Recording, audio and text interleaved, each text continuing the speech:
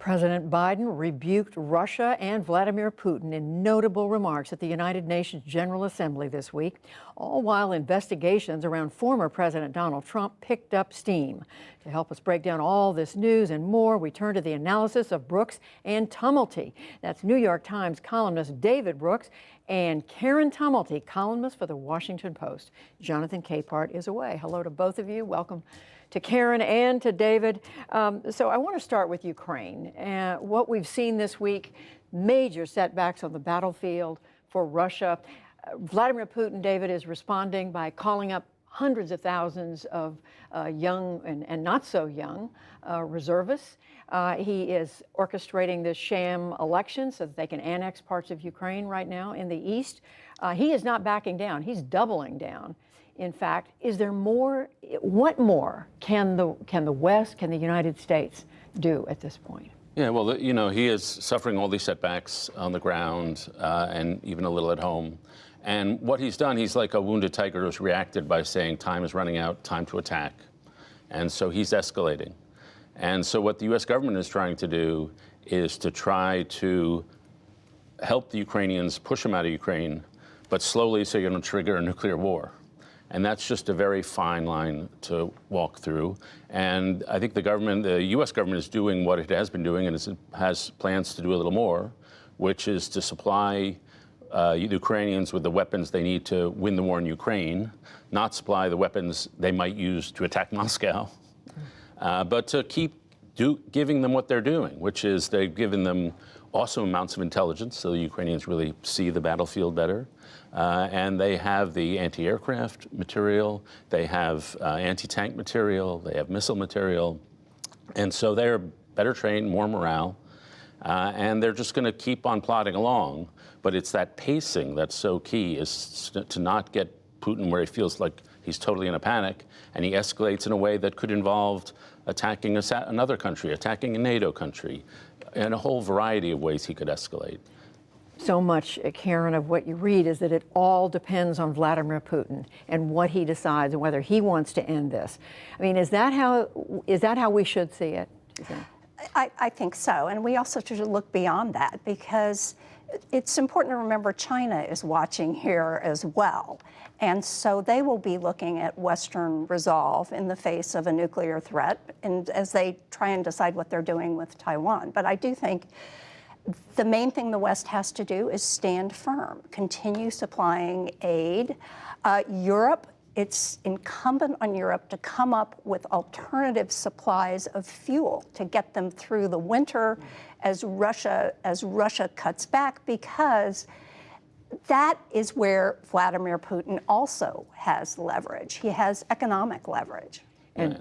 Yeah, and I think the Europeans, they've done a pretty good job of building up their stockpiles. They've done a pretty good job of passing serious measures so it won't hit people as hard as it might otherwise. And I think Putin has done everything possible to make it easier for NATO to stay together. And so even the speech this week, the mass graves, giving the Europeans months' warning that he was going to cut off fuel before winter set in, he's hardened resolve around the world and kept what was going to be a tricky job of keeping the allies together, he's made it a little easier. And it also is looking like his biggest problem may be domestically, as thousands of people are going to the street in protest, risking arrest. In fact, 1,300 have been arrested. People are fleeing for the border to, men who are in threat, the 300,000 being drafted. He's got some big problems at home, too. But you do get the sense, I mean, we mentioned President Biden's speech at the UN General Assembly.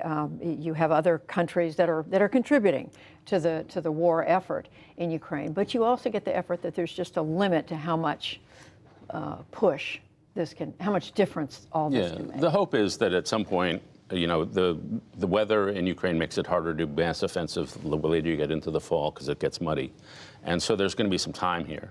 And so the hope is that at some point Putin says, hey, let's do a cost-benefit analysis. I need to do some negotiation. And then the hope is that the Ukrainians say, you know, we've done fantastic, but actually pushing Russian troops out of the Donbas and the eastern regions is actually kind of hard, and maybe we should go to the negotiating table. And so that would be one out where they would just negotiate a solution. I think, and I don't blame the Ukrainians, they're the heroes here, but their passions are high. They're filled with indignation. They're at least talking in a very maximalist way. We want Crimea back. We want reparations. And so maybe the Ukrainians will just, it's their war. And maybe they'll just keep pushing maybe a little faster than some of the allies would like or supporters would like. So let's turn to politics in this country. As we saw in the report before this, Karen, midterms are getting closer. And today, the House Republicans and the minority leader, Kevin McCarthy, made a speech, went out of his way to sort of outline what he sees as what the Republican agenda would be if they take the majority in the fall. But we want to show just a quick clip of some of what he said and some of how President Biden responded. Here it is. We want an economy that is strong. That means you can fill up your tank. You can buy the groceries. You have enough money left over to go to Disneyland and save for a future. That the paychecks grow, they no longer shrink. We have a plan for a nation that's safe. That means your community will be protected. Your law enforcement will be respected. Your criminals will be prosecuted. The House Minority Leader, Kevin McCarthy, went to Pennsylvania and unveiled on what he calls a commitment to America. That's a thin series of policy goals with little or no detail. Here's a few of the things we didn't hear. We didn't hear him mention the right to choose. We didn't hear him mention Medicare. We didn't hear him mention Social Security. So, Karen, what's going on here? Well, normally a midterm election is a referendum on the president, but this one's different because people are looking at what the Republican agenda itself could be, in part because of the abortion decision, in part because Donald Trump is in the news constantly.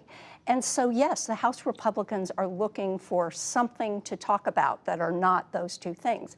But this package that was unveiled today and was meant to be sort of an echo of the 1994 contract with America was not specific at all. It was basically a bunch of talking points. And I think that, among other things, reflects how fractured the Republicans in the House are. I mean, getting a majority of them to agree on anything is not only difficult in the campaign, but it is going to be difficult for Kevin McCarthy or whoever the speaker is, if in fact the Republicans get the majority again in this midterm election. How fractured are they, and how detailed do they have to be? Well, in 2020, they had no platform at all, so I take this as a step forward. They did. Their platform was anything Donald Trump wants. Yeah, so, the party's in this interesting transition from being, it used to be sort of a business party, and it's becoming a working class party. And so it's becoming a party that's much more hostile to corporations, much more welcoming of the entitlement state, the welfare state, Social Security, Medicare, and all that sort of thing. Much more willing to use government to help working class folks. But it takes a while for a party to migrate. I think they are migrating, but a lot of people like Kevin McCarthy are part of the old party. And there are some very fine people. Paul Ryan, the former speaker, he was part of the old party. And so within the House, you've got people part of that business party, and then you've got the working class party. And they don't see eye to eye a lot, because this is a party really changing its colors in rapid form. And Karen, I mean, you look at this and you think, this is what we're going to watch for the next 7 or 8 weeks until the election.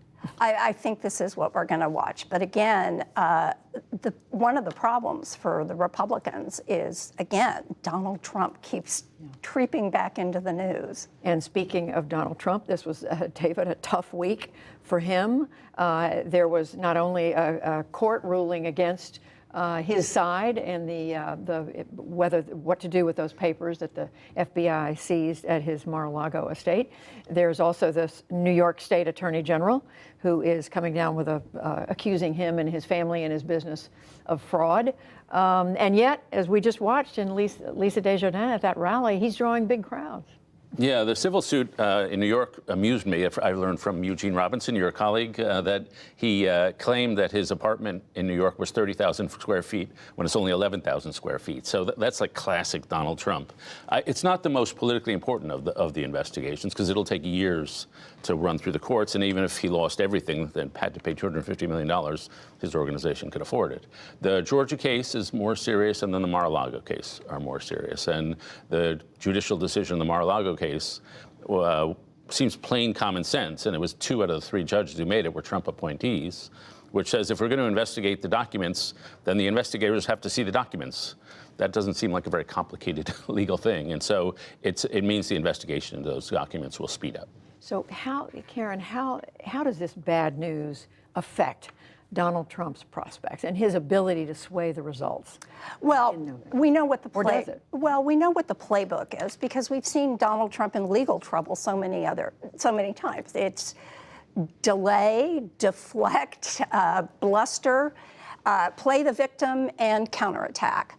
But what's different, what does feel different now, is this accumulation of legal problems. Not only being accused of $250 million worth of fraud in New York and having the Fulton County, Georgia DA trying to figure out what kind of pressure he was putting on local officials to swing the election, but you've got the January 7th committee, you've got the Justice Department looking into Trump's actions before that, and the fact that he had classified documents in his personal possession at Mar-a-Lago. It's just so many things going on at once. All at once, David, and yet he's drawing big crowds. To repeat myself, I mean, Yeah. his believers still believe, and according to Lisa's reporting, everyone she talked to said they still think that election was stolen. Yeah, and they think these investigations are politically motivated, which is not 100% wrong, by the way.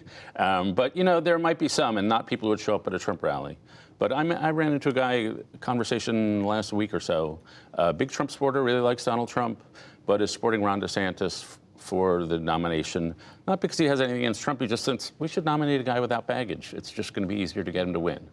And so if there are enough Republicans who make that calculation, then some non-Trump person would have a chance. I still wouldn't bet on it, but there must be a significant number of people who would. And I thought before the Mar-a-Lago search, you saw real evidence of Republicans drifting away from Trump. Now they've drifted back.